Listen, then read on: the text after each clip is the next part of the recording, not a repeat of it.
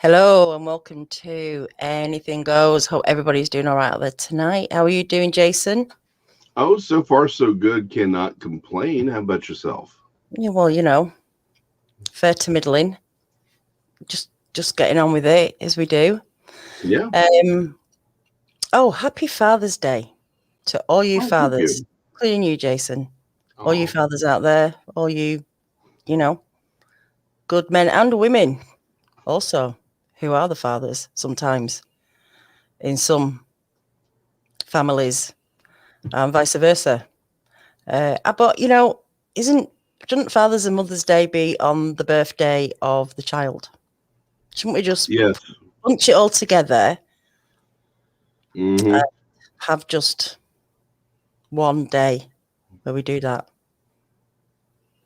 Yeah, but I think there's So here, there is value. I think in celebrating each one individually and saying, hey, mothers do a very specific job, and they should be recognized for it. Same thing with fathers, and then because you do Parents' Day and say, look, we're celebrating mom and dad at the same time. But I think there's value in celebrating each one separately. If for no other reason, then restaurants get to have two big days. Fair enough. You know. Fair enough. Now tonight, this YouTube thing. It's all very well us being on this side, doing our channels as we do, and people get to know us, don't they? And they get to see us all, warts and all sometimes. And I love the people that come in the chat. I love all the subscribers, even those that are not subscribed and watching tonight. I love you all. And tonight, I want to know a little bit about the people in the chat. So I've put the link to StreamYard in the description. People might have to just refresh the page, but I just put the link in about 5 minutes ago. And I'd love to have some of you come on and say hello. You don't have to come on camera. You can just come on, with your voice. But come on and tell us a little bit about yourselves. I thought that would be fun. I just wonder if anybody will, take the risk or just you don't even have to have pants on. Just make certain your camera is waist up. That's all we're saying. I've got my pajama bottoms on, so anybody's welcome. You wear pants? Pajama bottoms in bed. I'm just saying. What do you mean pants? Mm-hmm. What do you mean? What are pants to you? Oh, anything that covers your lower extremities, I suppose. Okay. Anything non-kilt. Kilt or kilt? Kilt. You tell me. But you're the Brit. You tell me. Well, a kilt would be a skirt, wouldn't it? Celtic. Yeah. But a kilt would be the skirt. Yes. How'd you do it on your phone?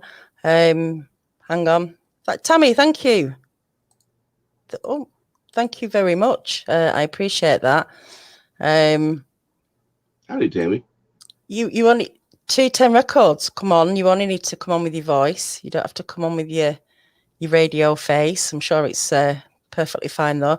Do it on your phone. Just click the link in the description and right at the top, and then it'll ask you to enter the studio. You can hide the camera, or you can come on and let's see your face as well if you want to pop on.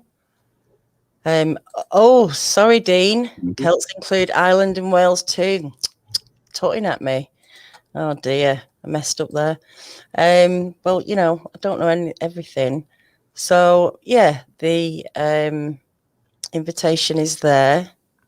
I don't know if anyone's gonna take me up on it. I hope they do. Yes, let's see. It'd be nice to even if we can't put a face to the name, talk to everyone, find out what brings them by, what keeps them coming, just to say howdy. I mean, there's no reason not to, right? I'd like to know what they like about the channel, or what what interests them, what bits interest them. So, like I say, the link is in the description. If anyone wants to pop on, say hello. Do it. Do it. Click the link and come and see me and Jason. So in the meantime, I did find out. I was looking at like what other days do we celebrate Mhm. around the world, and Tuesday, the 22nd of June, is Onion Ring Day.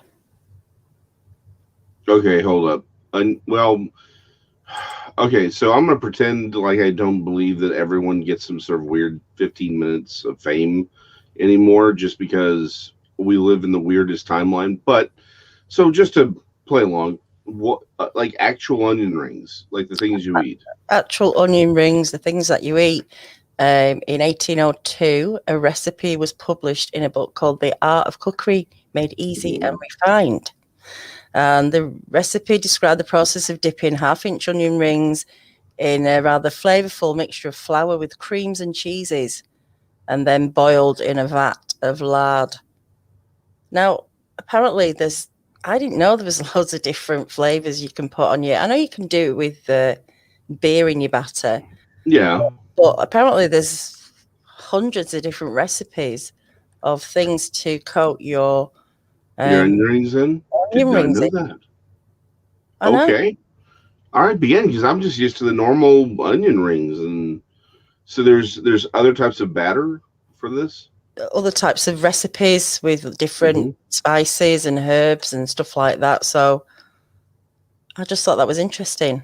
I guess Did not you know. guys have them a lot over there, do you? They come with all your burgers and stuff If you like want that. them, yeah, yeah. If you want them, yeah, you can get them in a lot of places.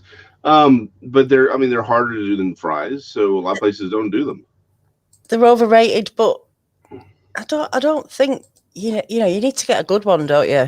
You need to Okay, get good ones. There's a difference. There's crappy ones. there are. Oh yeah, so I that's the like thing. That's why a lot of places don't do them because onion rings are so hard to do right.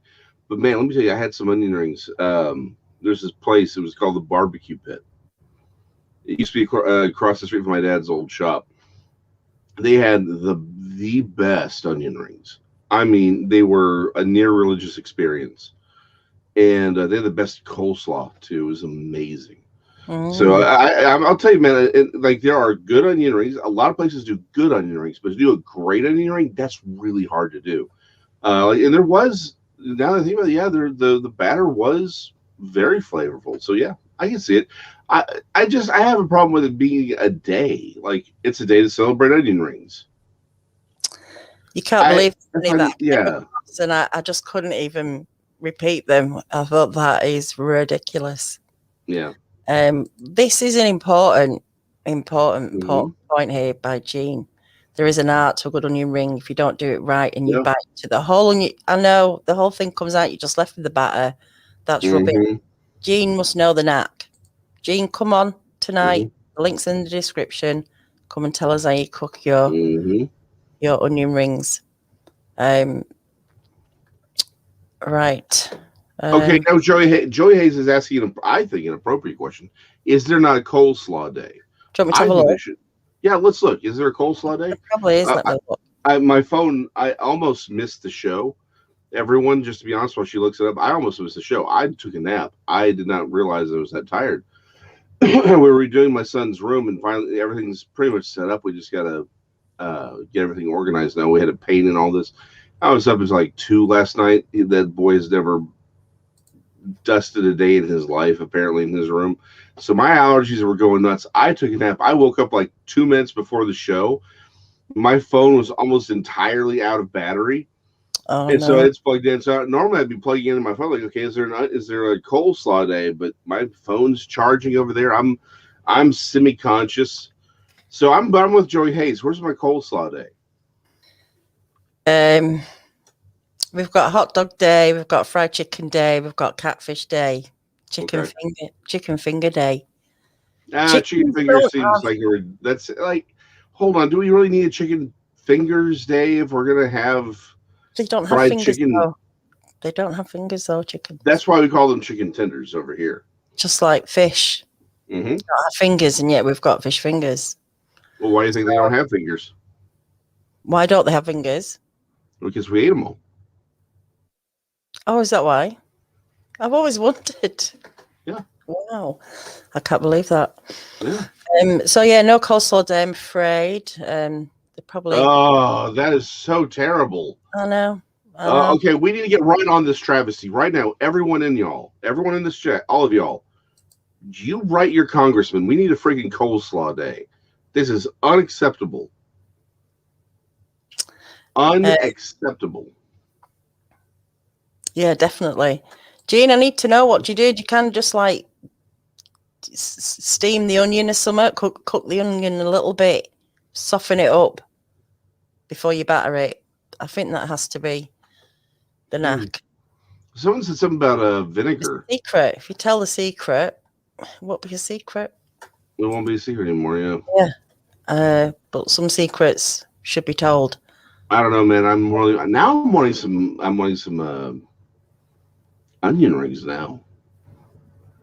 Yeah. Normally I don't like. I just don't care about onion rings one way or the other 9 times out of 10. But now, onion rings with some Whataburger spicy ketchup. Oh, sounds good.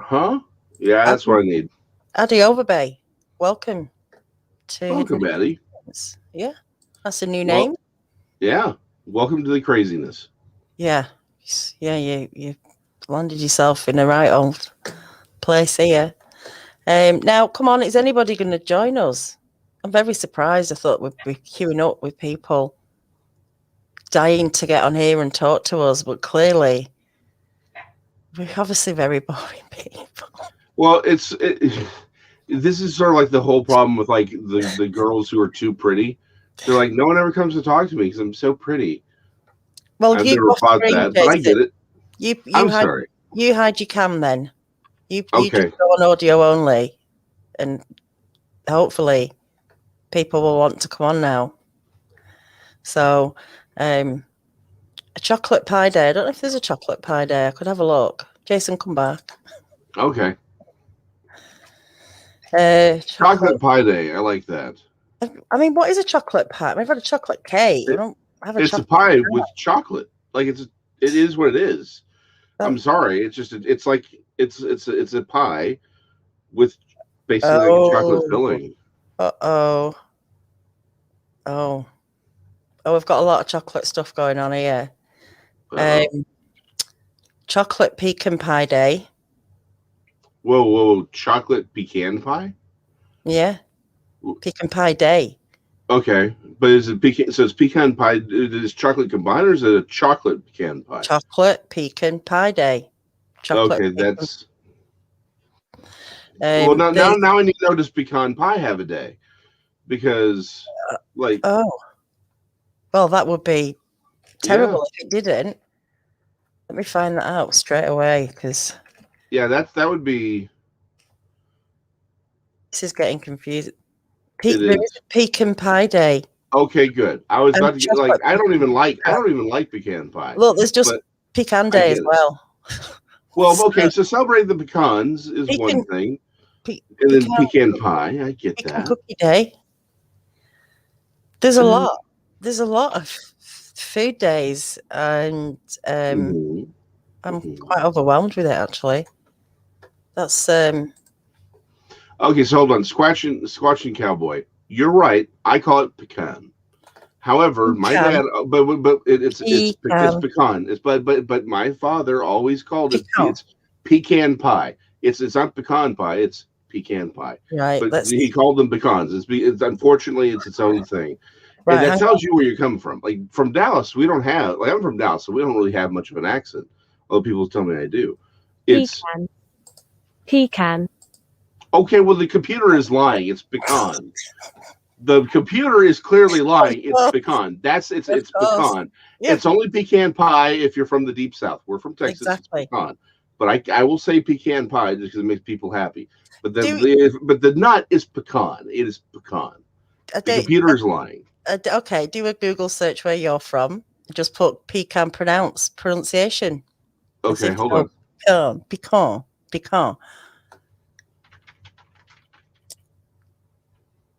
Pronunciation. Ooh, pecan praline whiskey. That sounds like a really. Is it praline or praline? I always heard it's praline, but I say praline. Praline. All right, let's see if y'all can hear it. Okay.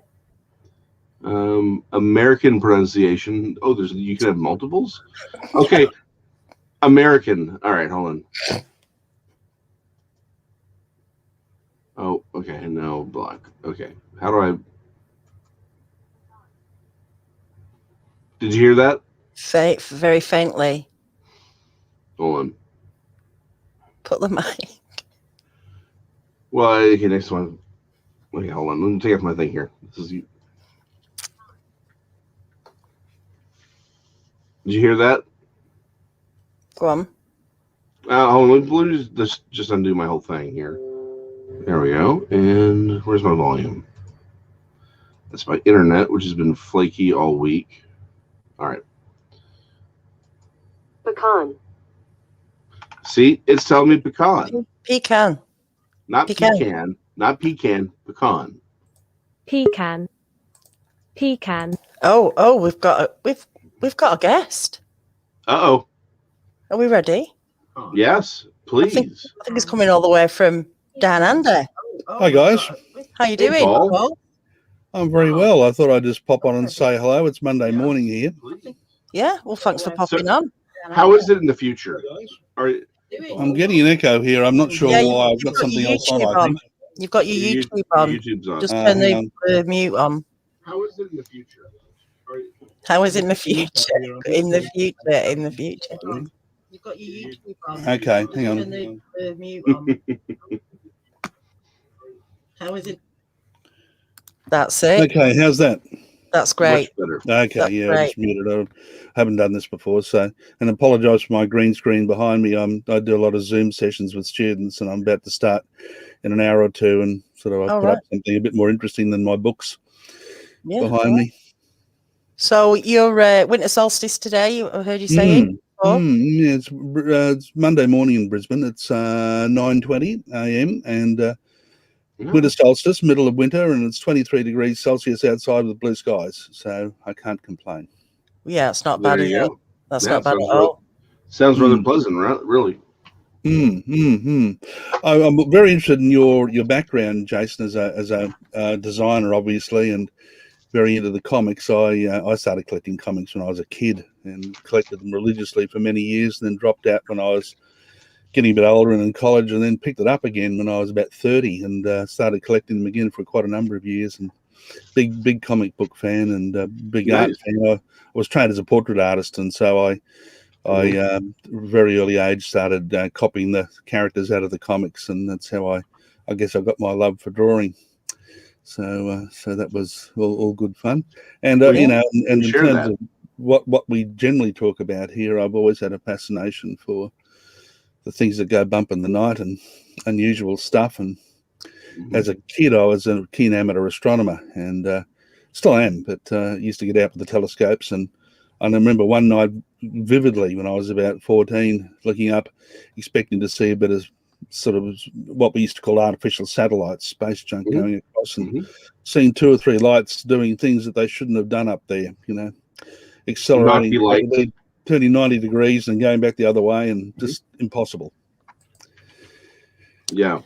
So that was that, and then of course the you know, the things that do go bump in the night. I've had a few experiences with that in old houses, and of course I being here, we don't have Bigfoot here. We have Yowies, and I often go walking in the morning through the local reserves here, which aren't that far from a big double sighting that was made a few months ago here on the north side of Brisbane at a place called Belbert Grove, and probably only about 30 minutes away from me. But I've never seen or heard anything. But I've got a friend who's been touched twice through a tent when he's been camping over the years. So, and he's a great believer in them. So am I, but I've just never seen or heard them.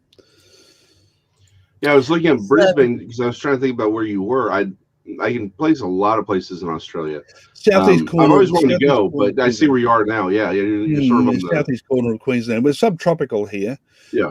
Of course, Queensland's a big state, and if you go southwest from me down towards the border, you can get a very cold areas. You know, they get frost at night. But if you go right up the tip of Cape York, it's positively tropical up there. So it's a big place. Oh yeah, no, yeah, you're right there on the very bottom tip of Queensland, where it just sort of comes out a little bit. Bottom right hand, the bottom southeast corner. Yeah, no, I see exactly where it is. Yeah, you're pretty much where I want to go. I do want to go to that very northern tip, look for some thylacine eventually, but I have to visit Alice Springs. That's on my It's an bucket amazing list. place. Mm. Oh yeah, you travel across the country and you see just about everything, from deserts through to forests and tropical rainforests and Mhm. all sorts of stuff. You go to Tasmania this time of year, you'd think you're in England. Architecture is very similar to that, and so's the weather. All But right. but up here it's very different. Yeah. Nice. We've got Dean. Come on. How you doing, Dean? How are you, Daniela? I'm not so bad, thank you. Can you hear me okay? I've got some headphones in that are new, and I'm not sure what the microphone's like, sorry. Yeah, it's all right. Can hear you. It's not Mhm. loud, but it's not bad. Is it okay? Yeah, I can yeah. take these off if you want. So I'm not sure, I've got two little ends in bed, so I'm trying to keep this No, quite quiet. that's fine because you're up at half midnight just like me, aren't you? You're I am in indeed. I am indeed, yes. You're a trooper just like me. I don't know about trooper, glutton for punishment, probably. It's crazy, isn't it? We're all just different Yeah. times of the day, morning, afternoon, evening, Yeah. but we're all here, so that's amazing. Paul, I do love your little carvings you do, the fairy doors. Little fairy doors. Oh, well, I've got a little 3.5-year-old granddaughter and another one about to be born in a month's time.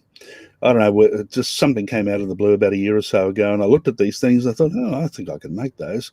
I'm hopeless with wood, but I bought the right tools and I sort of taught myself, and I thought, well, the design side of stuff is okay. So I make them as gifts for the little boys and girls that, grandchildren of friends or kids of friends, and so gift them. And the idea is you put them in the garden when they come over, and you hide something behind them, and they go and find the fairy door and find a little treat, or they keep it in their bedrooms, and it's just a bit of fantasy. It's a lot of fun. Yeah, it's lovely. I want one. I want a big one though that I can actually go in though and go into the tree and Oh, just that'd be all right if you shrink fairy down. Narnia or something like that. Yeah. Well, as a kid, the street I grew up in had a lot of camphor laurel trees, beautiful things, and they had these incredible knots in the trunks where branches had fallen off. And as kids, we were told by an old lady that lived next door that one of them was a fairy door, and we'd all sort of cluster around this thing every day and expect it to open. Of course, it never did. But it was always, and that just reminded me what these sort of things can do for storytelling, and what kids can. I can remember that from when I was 5, and I'm not 5 anymore, but I can still remember it. And so it's amazing what kids, if they're exposed to wonderful storytelling and a bit of fantasy, what they can remember. Oh yeah. The imagination is everything, isn't it? And to have it, creativity is everything. and to just let them run wild with it. Yeah, I do a lot of work with leaders these days. I sort of teach MBA students and so forth. And I always say, modern leaders need to be two things. They need to be endlessly creative in their thinking, and they need to be master storytellers, because you've got to be able to take people into a future that is a bit scary at times, and, no one knows what it is, and we just have to do it. And so you need people who can, leaders are people that take people to places they can't go by themselves or don't want to. And you need to find a way to inspire people to be brave and to take that step, even when it's a bit unknown. Yeah. Well, it's been great talking to you. Yeah, thanks. I'll pop off. You've probably got some others coming on, but it's wonderful to see you and to be able to participate in a little way. Yeah. So thanks. Have a wonderful day. Yeah, if you want to have a on again, Paul, let us know. Happy Father's Day to all Northern Hemisphere fathers too. We have ours in September. All right. Okay. See you next time. Thanks very much. Have a good day. Bye. See you now. Bye, Paul. Bye, Paul. There you go. So, Dean, what keeps you up at half midnight on a Sunday night? PTSD, unfortunately, Daniela. That'll do it. That'll do it. Yes. I'm not much of a sleeper anyway. I never have been with various types of work I do. I think it's just you get into the routine, and even when it's not required of you anymore, it sticks with you. So you end up staying late anyway. I've come over from watching, I found yourself, Daniela, through watching BIGFOOT ODYSSEY. All right. So obviously when you've just asked now if someone can join, I thought, well, I'll join in the queue. I didn't realise I was going to jump straight up, so I'm kind of in the hot seat here, aren't I? Yeah, well, you're all right. You're all right. We're only we're laid back here. I'm a wee bit worried about. Oh, sorry. Go on, Danielle. I apologise. Sorry, did you say something, Jason, as well? The same. No, I Go on, carry on, Dean. You're all right. I was just a bit worried about the microphone because you said it was quiet. I want to make sure that it's not too muffled or too quiet for everyone to hear me okay. No, I can hear you fine. Yeah. I'm coming also through. aware my accent can be a bit strong sometimes, so I'm going to try and speak a bit more slowly so Yeah. everyone can understand my Welsh accent. But it's a bit of a strange one. If people haven't heard it before, it can be quite hard to get a handle on it. What do you think of a Welsh accent, Jason? I'm sorry, say that part again. Can you tell that Dean's got a Welsh accent? No, I didn't. I mean, it sounded obviously English, but it doesn't really come across as Welsh, at least over the comms that we have here.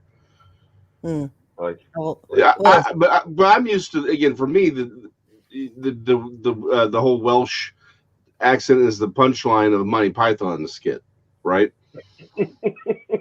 Like that's for me. That's like, well, hold on, if I can understand what he's saying, he can't be Welsh. No. There's not enough spit involved. Usually, some people say we have quite some tongue twisters. Some volumes. yeah. Although I say that I can't speak Welsh myself. I don't speak the Welsh language stuff. My daughters do. Both of my daughters speak it. Oh, okay. They're in a Welsh school. They taught that then in school. Is it like a mandatory? No, we've sent them to a Welsh speaking school specifically for that. The junior schools in my area, which is Gwent, they don't speak Welsh. I think they're starting to introduce it as part of the curriculum, but it's not mandatory. But I won't go into it too much. It's but basically sent to the Welsh school because it's the general consensus that in about another 5 or 10 years' time, unless you can speak Welsh in places such as Welsh capital, you'll have a hard time finding a job, but it will give you more of a leg up, so that makes sense, which whether people agree or disagree with that, whether that's a good or bad thing, we felt it was probably best to give them that. And also just the fact that it's the national language. It was dying out at one point. Wales isn't a particularly large country, but for the size of the country and the amount of people in there, there's very few people speaking it. So there's, in about the past 10, 15 years, there's been quite an effort to get the language brought back to life. And we felt it'd be nice to do our part to get it alive again and passed on, if that makes sense, without rambling too much. Yeah, I love the Welsh. I mean, obviously don't understand it, but it just sounds lovely, you know, and it would be a shame to lose that heritage, you know, what's been there for years and years. It's a language and I mean, I know you've got TV programs in Welsh, haven't you, and everything. It's commonly used. S4C. S4C. I think they're in the process of building another channel as well. Daniel at the moment speaks Welsh. I don't think it'd be just Welsh, but it'd be focused on the Welsh language. You know, they'll have all TV shows like they have on any channel, but a lot of them will be in Welsh. Yeah. Really? Yeah. Interesting. Sorry, go on. I've just lost the thought then. I was going to say something. I've forgotten it. What about where you are, Jason? I mean, are there any native languages? There must be. Well, not okay. So the problem is, I'm in Dallas, so we don't. So a lot of the native languages are reserved for the reservations, which aren't really here per se. And there aren't anything that really broadcasts in them, but we do have broadcasts like now that we have these digital channels. Obviously, we've got Spanish, right? Spanish is everywhere, but we've got Vietnamese, we've got Korean.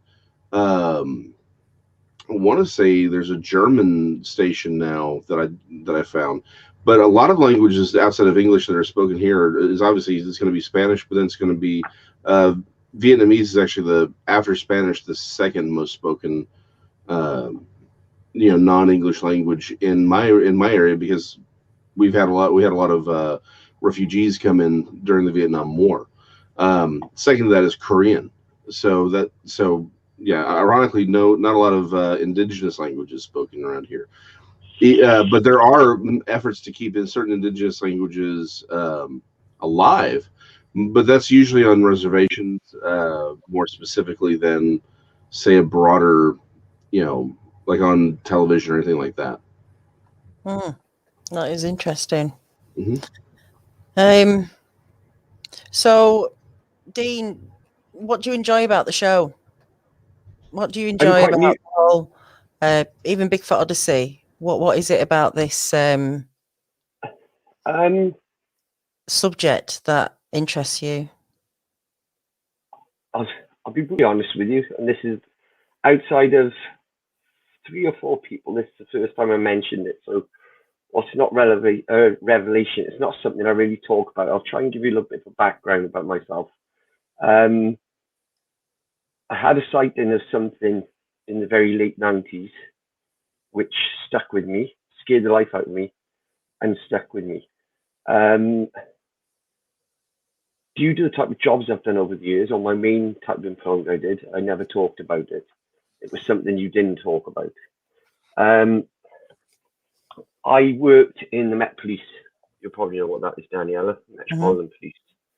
Within the Metropolitan Police, you've got a unit called SEO-19. It's currently called SEO-19, which, Jason, is basically London's version of SWAT.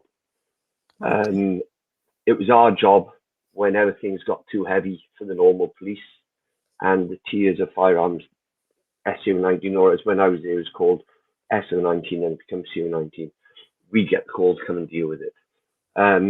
So that could be anything. The bit which I did was the ARVs, which was tasked with dealing with anything that was a response, and something 999 call comes in and we'd respond to that. Whereas you had other departments or other teams that were what was called proactive, essentially, where they would do all pre-planned jobs. So my team dealt with reactive stuff, 999 calls. Then you had other teams called the SFOs and TSTs at the time when I was at tactical support teams. They did pre-planned stuff. We did pre-planned stuff, but ours was quite low-key compared to the stuff they would do. So due to the type of work I was doing, I could never talk to it about anyone. That's the sort of thing which I'm going to talk about to you. You would, at the very least, be given an exceptionally hard time whilst you're in the job talking about it. You actually I'm getting a bit tight-chested as I talk about it because even the date sticks with me. There's a place, I don't know, you might have heard this before, Dan. I don't know, do you listen to Dogman Encounters Radio at all? Yeah. Well, I was on there, but I used an alias name. Okay. If you're happy for me to talk about this, I'll carry on talking. Absolutely, yeah. I just want to shout out to Chad Levi before he goes to bed. Thanks for watching. Sorry about that, Dean. If you're happy, it's your channel, Dad. No, it's fine. If you're up for sharing, absolutely. Just whatever you want to do, you know, as long as you feel comfortable. The reason why I'm semi-comfortable, as in I'm fine talking about it. I might get a little bit uptight, or not uptight, but a bit nervous and anxious about it, because it's something that I've only spoken with one person who I don't know, which was Vic Candice. And other than that, I've spoken about to a very small amount of people. And even talking about something it gets me quite nervous if I want to. It scared the life out of me. I don't know if you've heard of a town called ODYSSEY, Daniela. It's Jason for yourself. It's basically a small town. I don't know the exact history of it, but it's in quite a rural area. But it's seen as a place where a lot of people from where I live, we've got little towns and cities dotted. It's mainly a place where all the people who are quite affluent go to retire. So what's it called? Sorry, Usk, USK. Oh, I've heard of Usk. Yeah. Yep, and it's just by a town called Abergavenny. It's at the foot of Brecon Beacons, Daniela. The Brecon Beacons, Jason, in South Wales, a large range of what we call mountains. You probably call them bumps because in America you have much larger mountains. I think it was either 97 or 98. I haven't been able to pin it down exactly because I've got some things I look back on, like the partner I was with at the time, the car I was driving. So I have a rough idea of what period of time that was, but not exactly. I don't start, so I'll just go into what happened. I was parked in the car with my partner in my car outside a Borstal, which is a type of prison. This wasn't a police just sort of broke in or something. This is the Borstal's on a main road, and on the opposite side of the main road was a large car park, which myself and friends who had cars would all meet on a Friday, Saturday night, late in the weeknight, to all in college. I think it was about 10 or 11 o'clock at night when we were parked, and a fog started up here. Come on, in front of where we sat. I'm sat in my car. Obviously, in the UK, Jason, as I'm sure you know, driving's on the right-hand side, so I'm parked in the right-hand side seat in the front. My partner at the time is in the left-hand side seat, and a fog rolled in. Now, at the time, that meant nothing because there's rugby pitch and some open fields in front of us, and at night you get a bit of mist. But we did notice at the time it was confident. It seemed a bit strange how quickly it appeared, shall I say. It wasn't like Hollywood or stick heads up, but there was a mist that appeared quite quickly. So as we were chatting, I felt a hard bumping in the car. It seemed to. Oh, was that myself? I heard some feedback then. I don't know what that was. Oh, right. There's some then. Felt quite a hard bump hit the car. Came from this side of the car, my left-hand side. Now, as I'm telling you this, please bear in mind, these thoughts I'm telling you all happened within a period, 2 seconds, second. So I felt the bump on the side of the car, and I've turned this way to see what it is. Just looking in the rearview mirror, the wing mirror to see what it is. I can't see anything, so I've looked over my shoulder. As I've turned this way to my right shoulder, my rear passenger window, I've seen something steaming like that. That's of what appeared to be breath against the window and started to dissipate, and then it appeared again. So I've looked in my wing mirror. This all happened as quickly as me. I'm looking, turning around, looking. And then in my right view mirror is what to me looks like a huge greyish white dog. This is what people have said to me. It was a dogman. I can't say if it was or wasn't. I haven't a clue. I hadn't heard of the term until a year and a half ago, 2 years ago. But that is what brought me on to starting looking how I got an interest in Bigfoot, because I started searching down normal avenues first of all, trying to think, well, what the heck is this? Which then led me onto the avenue of Bigfoot. And so I looked in my wing mirror, and it was tucked in up against my car. And it's the way I've described to other people was a bit odd. It was almost like it didn't want to be seen. It was pulling itself in tight, and it appeared like its back was going quite sharply, and its head was down low. I've been asked, Vic asked me at the time, in my interview, so if I thought it was looking at me, and I don't think it was, because at no point did it look at me. It seemed to be looking down at my driver's side tyre, down in that direction, if that makes sense. Mm-hmm. I didn't see any teeth. I didn't experience any of the things that people say, the feelings of terror or evil, anything like that. I was shocked. It terrified me, don't get me wrong, but it terrified me because there's this large animal that's come out of nowhere and looks nothing like something that I've seen before. So I'm sorry, I'm getting a bit stuck and thinking about and trying to explain it as best without getting too tongue-tied. Sorry, I'm a bit nervous talking about it. So how big do you think it was then? How would you describe it? The vehicle I was driving was an old Beetle, an old, I think it was a 1969 or 1970s Beetle. And it was taking up the view of all the glass in my vehicle. Let me correct myself, taking up all the sight of the rear view mirror, the rear window, sorry. I could see the fur in that, if that makes sense. And it was filling the entire window. Wow. But its paws were sort of starting towards the bottom of my door, if that makes sense, where the line of my door is. And looking down the wing mirror, I could just about make out where its legs, front of its legs and its paws were in line with my door. And within, blink of an eye, it turned round on itself. But this is the one thing which I've heard no one else say. It turned round. They were described almost like a snake would. It sort of went to move towards head, move forward, and then it turned back round in on itself. So rather than turning round into the open area, into this part of the car park that's open, there's no vehicles parked next to us. It did a tight turn back in on itself, if that makes sense. The camera like that, literally right back on itself, almost like a snake would. So then it was facing away from me with its back end in view of my mirror. And then it took off over the car park, which was about 45, 50 yards distance, and it cleared that as quick as I could click my fingers straight across. Now, this car park at the other end had all gravel in the corner. As it hit that corner, it would essentially hit post fence posts, because some fence around the car park. And there's some houses at the end, and it took off. And then it sort of hit the gravel, And the way I describe it is how you see some rally cars will come into a bend, and they'll come into a bend, and the back end will go like that. Kind of did that, and his legs skidded a bit, and as it went round, it reared up on his back legs, with his front legs up, and it stayed up as it went forwards, and then it dropped back down, shot off back towards the main road, which leads up to Wentwood Forest, this very old forest, and this road is the road that leads out of us, out into the local forests and farmers' fields. And that was it, and it was gone. Wow. Sorry, excuse me, I'm a bit short even talking about it, sorry. Okay, take a breath, take a few breaths. Yeah, that must have been It terrified me. terrifying. Absolutely terrified me. Jason, you muted.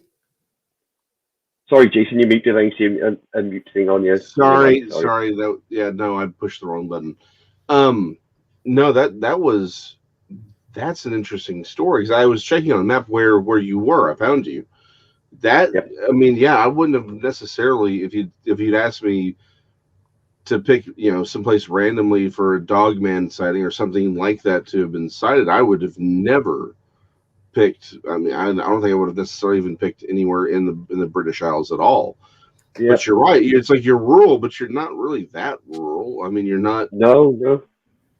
I mean, they're particularly for the size of England. But I mean, and I don't get me wrong. I've really been studying the alien big cats that are in Britain. I think they do exist. I have my own theory about them, but I mean, your story is really incredible. So just to clear up one point, you said that this mist sort of shows up out of nowhere, and then you have your encounter. And then when it leaves, the mist just disappears, or did it linger for a while? It lingered for a while, if I'm honest with you, Jason. Well, it lingered. It seemed to be dissipating, but when we left, as soon as this happened, I started my car when I got out of there, shut off immediately. As we were leaving, there was still a little bit of the mist left. I said, it wasn't a fog and it wasn't a mist. It's hard to describe, Jason, because you get the mist, you get all the dewy mist you get, as I'm sure you know, in fields in the evening. Yeah, isn't particularly thick. With fog, it's all consuming and it's deep. Well, this was thick like a fog, but it had the depth of a mist. Does that make sense? Yeah. Mm-hmm. So it wasn't fog.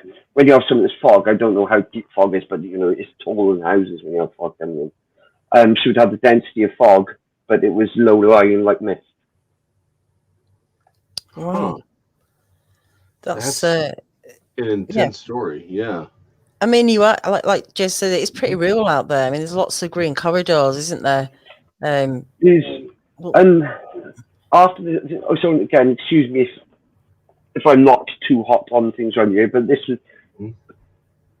stuck with me obviously since it happened. And I for whatever reason, I can't remember what it was, but a couple of years ago, I started watching some more stuff on Bigfoot. I'd left it all alone, working in London and having a family, all that sort of thing. Whilst it was something that's always interested me, I'd be lying if I said it was something I was fanatical about or constantly followed or read about, because I didn't, if I'm honest with you.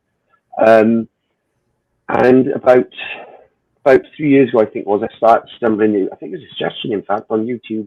It put a suggestion up, I think, for a Bigfoot channel of some sort. And I started watching that, and that got me thinking about what had happened with that. Hence why, even to this day, I don't say to people I saw a dog man, I saw a creature, because I can't say if it was a dog man or not. I don't know what it was. And there's certain aspects of it that don't line up with all the reports I've heard. For example, the big bulky shoulders, the hands, which people describe it. What I saw looked nothing like what I've heard other people describe. But the size was definitely there. It was huge, whatever it was. Sorry, a bit of a tangent, but I'll try and come through this. I apologise if I go on tangents. Don't worry, it's fine. Once I started getting into or catching up once on Bigfoot things, and I found out then what a dogman was and dogman encounters, I started looking more into research, and I came across a person called Deborah Haxwell, and she runs the BBR. I don't know if you've heard of it, Daniela. She keeps. She gathers reports of all sightings and weird things in the UK. Oh, Deb. Yes, Deb's Hartwell. And so I had a look on her site and got in touch with her and tried to speak to other people. And there's actually quite a few reports from quite close to where this took place. There's the 7 Estuary, which is close to us. It's sort of on the edge of Newport. There's been quite a lot of reports. When I say quite a lot, I mean there's 4 or 5, which I feel is quite a lot for a small area. In the Gloucester area, Monmouth to Gloucester, Forest to Dean, that sort of area. So yes, I thought I would come on and see what questions you've got to fire at me, really, because watching things like what's his name? A gentleman called Steve at How to Hunt. Oh yeah. Where he's been saying, and yep, that's it. Another channel saying how we need people to come forwards. I thought, well, whilst it's not going to speak about whether I'm sincere or not, but I'd like to think I've come from a professional background. I'm sincere myself. And I said some people could say, well, look, that doesn't mean anything this day and age. You get corrupt cops. But I would like to think that I'm not one of those. And yeah, I would hope that I could give some validity to it and answer any questions you might have, really. It's yeah. I'm glad you have. I'm glad you have Pardon? come forward. I'm glad you have come forward and talked about it. And you know, it's so rare, isn't it? These, especially in England. I know. There's reports, and it's the same in America. We feel like we're just a tiny drop in the ocean. These reports, just a mere little scratch on a massive surface. But the more people that come forward will help ultimately those people that are experiencing these things. We might not get an answer to what's going on, but it's coming forward to now. You're going to start connecting with people who are going through similar, and it's going to be a knock-on effect of some sort of help in some way, but also that you've put yourself down and put another report out there, which is what we do need, and you're brave for doing it, because like you say, how do you explain to yourself? My brother's in the police force. I can't imagine him telling a story, telling a story like that to his colleagues. That's in the very best scenario, Diana, you wouldn't be able to work with anyone. You'd be laughed at, and you'd lose any accountability. If I had you'd lose everything. You'd probably be seen as the joke. It's highly likely you'd probably lose your job because your mental stability would be called into question. Yeah. A friend of mine, Andy McGrath, Beast of Britain, was invited on to This Morning a couple of weeks ago to do a piece about cryptids in the UK, Bigfoot. They were doing something about Bigfoot, Loch Ness Monster, and the cast, the crew of This Morning, literally laughed their way through the whole segment. I mean, it was like a joke. One of them had binoculars, one of them had a safari hat. I mean, it's a complete and utter joke, and this is the problem, especially in England and maybe in America. There's a lot more camaraderie. There's a lot more of you get-togethers. These things that you go to, the conferences and that. There's more. Over here, there is absolutely nothing, and you will be laughed down by pretty much everybody when you. I find it very infuriating. Very infuriating. Which is why, Daniela, I'm starting to get my breath and relax a bit now. That's why it infuriates me, Daniela. This isn't me. I'm not trying to big myself up, but I've seen things that'll make people's toes curl in my job, doing the work I did. I've seen awful sights. And I'd like to think that there isn't much that scares me, but that absolutely terrified me. And even now, it terrifies me. Like when I mentally go back and visit it, it really puts it up me if you catch my drift. Well, it changes your understanding of the universe in many ways. I mean, because what you saw is not supposed to exist. That's the one thing I keep saying is, and to Danielle's point, yes, there are groups in the U.S., but the mainstream will still laugh you out of any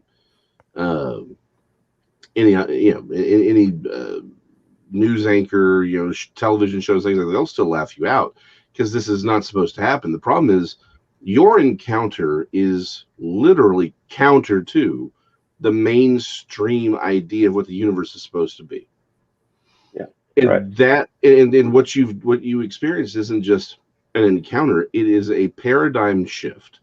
It is something that tells you the universe that you thought you knew is not the universe that you live in.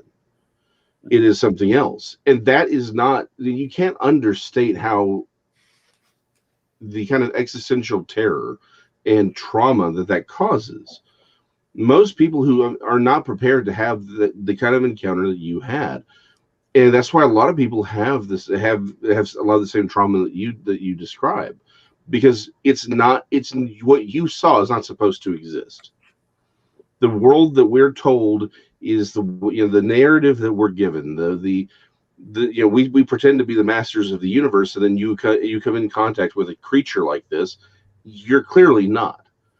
You're no longer the master of the universe. You look around and you're like, this is not supposed to be here. And you don't have answers. None of us really have a lot of answers for what it is that you saw. Because I mean, let's go down the list of questions. Like, it appears physical, but how do we know it isn't something supernatural? Not saying it didn't happen, but I mean, you have this mist that shows up. It's a possibly bipedal giant wolf. Like, that's not something that exists on a natural sort of evolutionary pathway. That's not just a deer or some tiger that got loose from somebody's house. That is something that should not exist if the universe is the way the mainstream tells us it exists. We had a couple of questions though that I would love to read off. The first one was, and this may just, I thought there was a partner with you as well, but someone asked if your partner saw the creature as well, or was it just you? She did. She saw it. Okay, so both of y'all saw that. Second, if I'm honest with you, Jason, please. If it wasn't for the fact that she saw it, I would have thought there was having some sort of breakdown. It's generally the only. There's been a lot of times since that happened over the years where I've questioned myself. I thought, was that my sanity? Is this a false memory? Is this I've seen a film and in some way my brain's connecting? I thought what's happened with the film I've seen. I've questioned myself so many times, Jason, and the only thing I can use as an anchor point or put a hook in to something that tells me, no, this happened, is the fact that there's someone else who can stick with me. So let me tell you something. In my encounter, I was by myself, right? The only reason I questioned myself for over 20 years, because I'm like, I couldn't have seen what I saw where I was.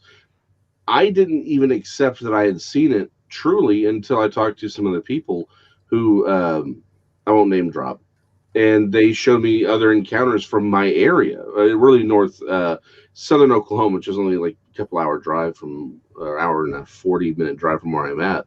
And it's like, well, these people are having encounters. Well, then I went out and I found my own encounters, and they all described the same thing, same sort of shape of the neck and having the same. And I'm like, okay, well, if that's happening in Oklahoma, I did my research here. I did not have to look very hard to find other people who'd had the encounters.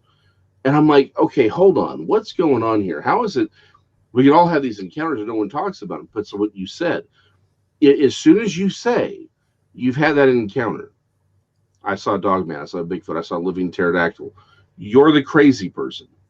Yep. And you lose everything. Now, again, I was in a position where it wouldn't have cost me anything to come out. And so it was a little bit easier for me, but I mean, it's not like I haven't caught flack for it. It's not like I haven't caught a bunch of crap for being that way. Like, there are things now that I know I can't do because I'm the guy who saw the pterosaur, unless I can find one and drag it in, right? Unless I can find that, I'm pretty much, there's just like, I can't hold public office. Like, I even thought about running for, some things around locally, but it's like, I can't do that because I'm the crazy guy who saw the pterosaur, right? It's like, you sacrifice everything that, as far as the mainstream goes, anything that resembles respect, if you come out publicly and talk about these kinds of encounters, because your sighting doesn't work within the mainstream paradigm.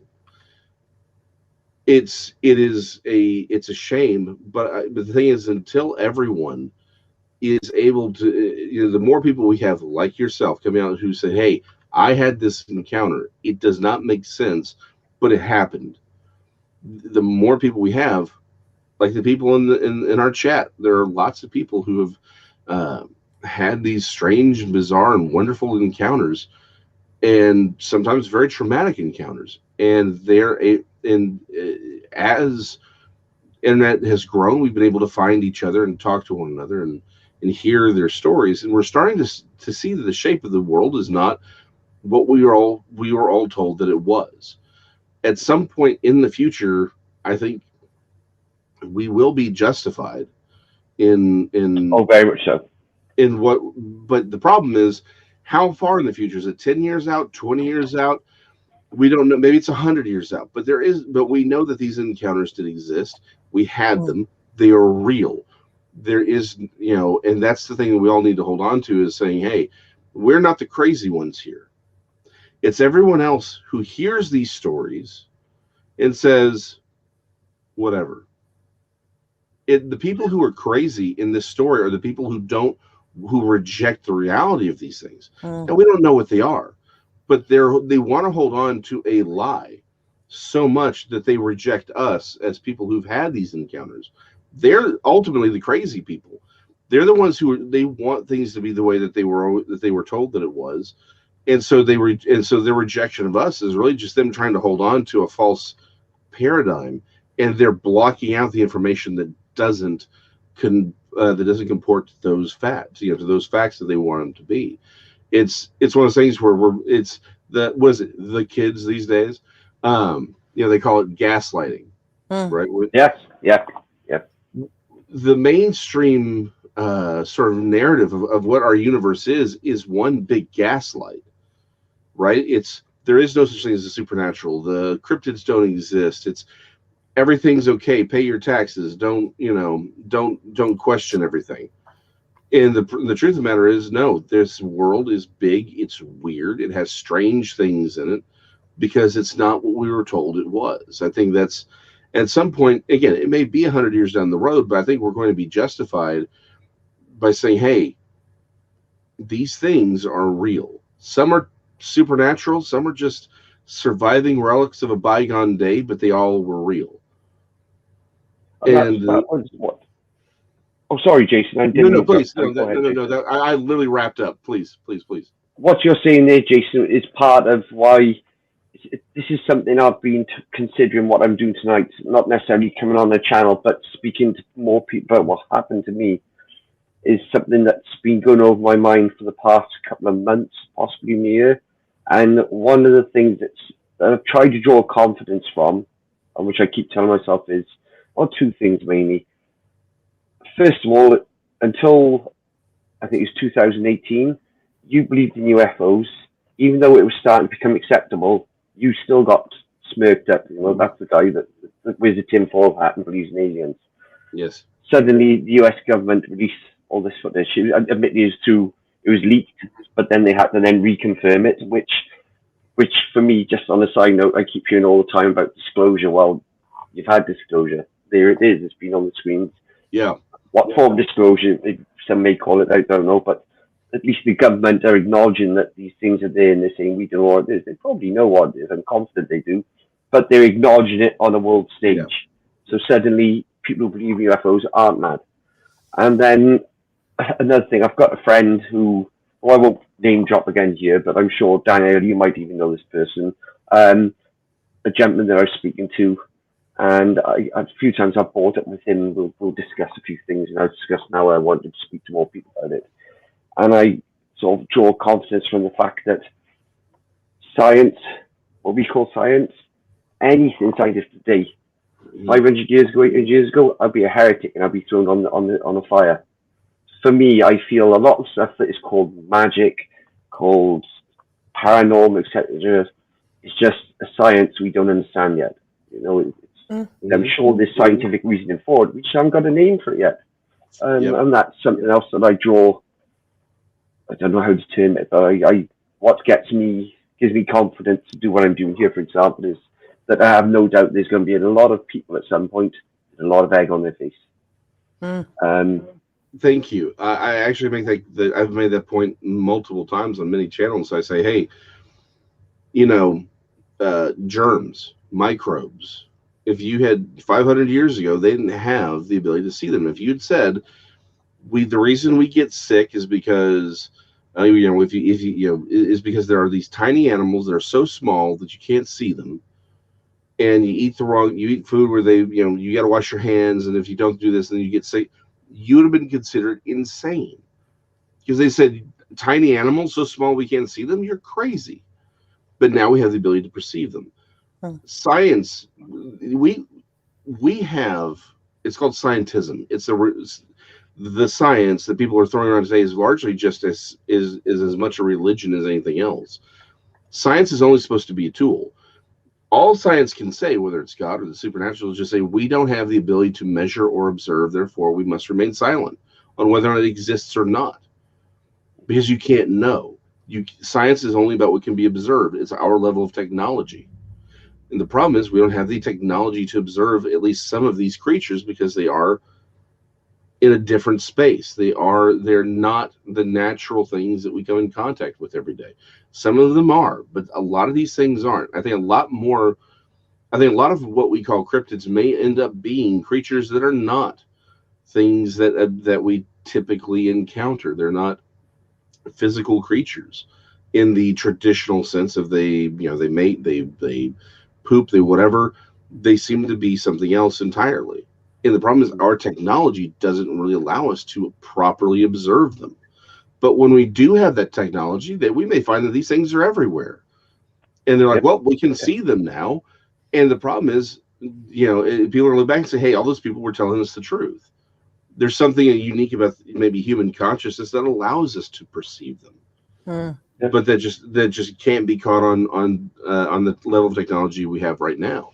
But at some point it will come. But the broader point here is what you experience is a world-shattering and really worldview-shattering encounter, and that cannot be understated. That for people who may not watch us regularly, if you're catching us now, so many people like Dean here are having very traumatic encounters not because the creature themselves are necessarily being antagonistic or violent or vicious, but rather because their mere existence is something that's supposed to be an impossibility, at least from what mainstream is. Now, the real question we have to ask is, do the people who pull the strings at the top, do they know these things are real?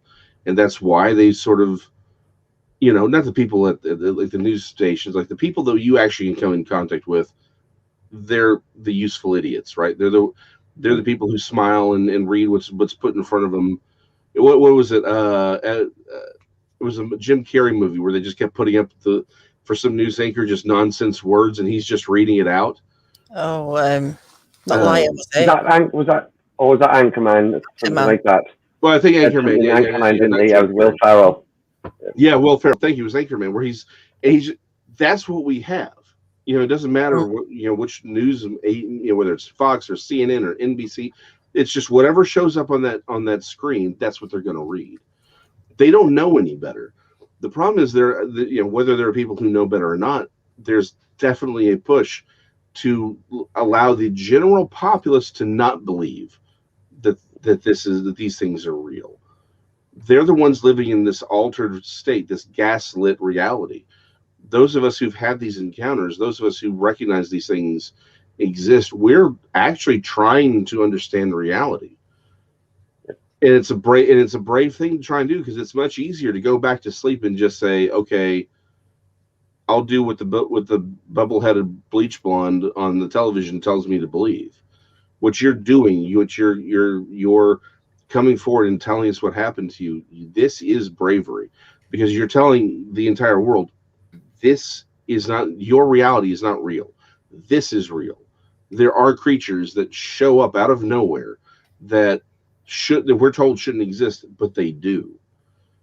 And for you, it didn't bother you. It didn't try to attack you or assault you. It would just happen to be there. No, if I'm honest with you, Jason, I don't even think it was aware I was there. If I'm perfectly honest with you, I don't know whether it's because it was something as simple as the car I was in was an old Beetle, and they had the big heavy rubber foam seals on the doors. So I don't think that stopped any smells coming out. or it was aware I was there and just didn't care. I was seen as insignificant to it, or a non-threat. I don't know, but it didn't react in any way whatsoever that made me think it was aware I was there. Mhm. Yeah, it's like either knew and didn't care, or didn't know that you were there, but it wasn't necessarily being antagonistic towards you. But how often do people come in contact with some of these creatures, and that is not the case, right? For every lion someone encounters, it's like, oh, I was out on safari, this lion just walked right past me. How often are people being eaten by them, right? Like this is the question that people we need to really ask is, okay, for every one person who has an encounter, whatever it is, right? Bigfoot, dogman, whatever. How many people have an encounter and then we never hear about it because they never show back up? Dead men tell no tales. That's I mean, Bottom line. Dead men tell no tales. How can you tell people about an experience you've had if you're not alive? Yeah. I mean, that's a question I've really started asking because for some of the research I'm doing for a new book, and I've asked this years ago. I'm like, how many, Bigfoot doesn't seem to bother people, but it's like if it's any other animal, you get yourself in the wrong position, then it's going to show up. But how often do people go missing in the woods, right? In fact, this goes back to not to get too in the weeds, but this goes back to the whole idea of Pan, right? To the Greeks, to the Romans, they talked about Pan and the satyrs, the fauns. They would use their music to pull people into the woods, and they're like, don't ever go there because that's where you go to die. That was part of the thing. The Leshy of the Indo-Russians, they had the same thing. It's like, hey, that's not somewhere you want to go because you end up dead. There are a lot of people who never make it out of the woods, who never make it out. People go missing all the time. And I am now really starting to wonder how often, I don't think it's common, but I do have to ask, how many accidents, how many, mountain lion attacks, how many, they just stumble or they got lost in the woods and died of exposure. How many of those are encounters with these creatures that went sideways, right? I mean, if I'm a forest ranger, I don't want to say, hey, we came, this body got torn up, I'm going to call it a mountain lion. I am sure the world not going to come out and say something strange happened, right? Doesn't say what happened. Your job would be gone. Exactly. You don't have a job anymore, so I'm just going to write this up as a panther. No one's or a dog attack or whatever. No one's going to question it. And isn't that easier than finding maybe the truth? Because maybe there are prints there that don't make sense. Maybe you actually see what attacked the person. You're like, nope, that's going down as a big cat. It's just much easier than actually dealing with the reality that you, myself, and many others have actually experienced. Yep. I mean, have you ever heard of anyone reporting anything like this in the police force? As in a Joe Bloggs ringing the police going, I think I've just seen, a wolf or something. I've worked in 2 police forces. I won't mention my most recent one because you probably heard me mention PTSD earlier on. I've got PTSD, not from the sighting. This is work related. I won't go into too much detail, but I've dealt with. I think it's just shy of 16 years I was in the police altogether, and I never had any problems. I saw everything that I saw in London. I transferred to a different force when my daughter was born, and I dealt with a road traffic accident with a young person, and I'll leave that at that. However, I think the thing that had changed was I was now a father, and so I could make that connection way before I couldn't understand. Not that I couldn't understand and I wasn't ignorant to it, but for every job that I ever went to, including children with the youngsters, jobs with the youngsters, whilst it wasn't nice, my mindset was, that's the job, deal with it, draw a line under it, on to the next job. Where then as a father, I couldn't. And there was some other things going on. The one parent was present when this took place. and there was other aspects to it, but then that caused PTSD. Yeah. So for the force that I ended in, I can't say. I wasn't there long enough, if I'm honest with you. I was only there for a couple of years, a handful of years.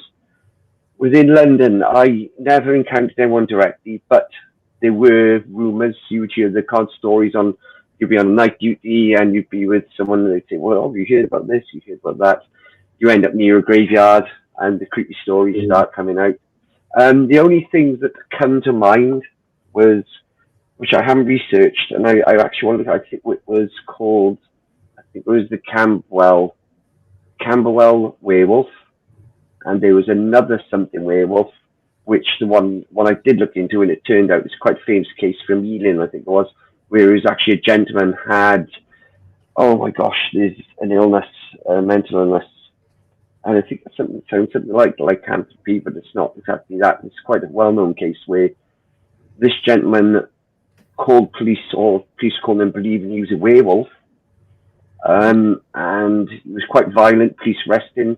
He was taken, put in a holding cell, and I can tell you for a fact these cell doors are 3 inches thick, very, very heavy, 2.5, 3 inches thick, and very, very heavy doors. And what's the little box opening where you can slide open, all the shutters used to actually drop down, to pass food through to. This was witnessed by several people at the time. When this gentleman was taken custody, I believe it was either in the late 80s or early 90s, he was that angry and vicious and wanted to get at people to try and get up the cell. And when the custody sergeant went in to see what all this commotion was, when he heard a racket going on, this gentleman was out up to here, out of the cell. Lord knows how, so something the size or a little bit bigger than a letterbox, somehow he got his head out and his arm out and was raging. This is, I wish I could recall it because it's actually on YouTube. There's a little documentary was put together about it. Oh, wow. I got a funny feeling he actually might have been on Monster Quest or something like that. Right. Quite a condensed version of it. I think it was Ealing, possibly. But he was convinced he was a werewolf. And he says that to him, he was looking down and where he had his hands, he saw claws, if I remember correctly. But sorry, Danielle, a bit of a tangent to come back to your question. I never heard anything, if I'm honest with you, Danielle. I heard rumours. Yeah. But how much validity was in those, I honestly can't say. Disappointingly. Well, disappointment. But then I don't think that was really, the Met Police isn't really, I would have thought, the place where you get those sort of things anyway. Yeah. Personally, I would expect any calls along the line of cryptids would come more from places where it's more rural. Maybe, mountains, forests, that sort of thing. That's fair enough. Well, look, we're going to wrap up soon because I know, Jason, you need to go, do you, soon? I know we're over our hour, sorry. It's okay. But last night I had some great guests on, and Chad and Alta Dillard, they've had incredible encounters with cryptids, paranormal, UFO, missing time, a lot of years. And I'd said last night that I want to get together I'm calling it a round table. It's not really, it's a meeting of experiences that can get together, that can connect maybe. Just maybe someone's experienced the same thing. It just goes a little bit deeper than getting people together who've had, Bigfoot encounters. It's actually being able to talk face to face to them. And I'm not saying we can find answers to what's going on, but I just feel like the stronger the support, the better it will be for people to be able to share their experiences and to feel more confident and know that here and other places like Bigfoot Odyssey, Trinity Paracryptid, there's other places where we will support you and you're not crazy and we don't think you're crazy and your voice is, needed to, we need people to come forward and to trust us, that hopefully this will help somehow. I can't tell you how, where, when. That's what I'm hoping, Danielle. That's what I'm hoping that can help some way. Don't think we're going to get answers to things. I don't know, but we've got to start somewhere, and we need to pull people together a bit more tightly now, And so I'm going to try, and if you're up for that, Dean, to come on. Yes, yeah, I'm up for anything, Daniela. Yeah, we might not even do it live or recorded.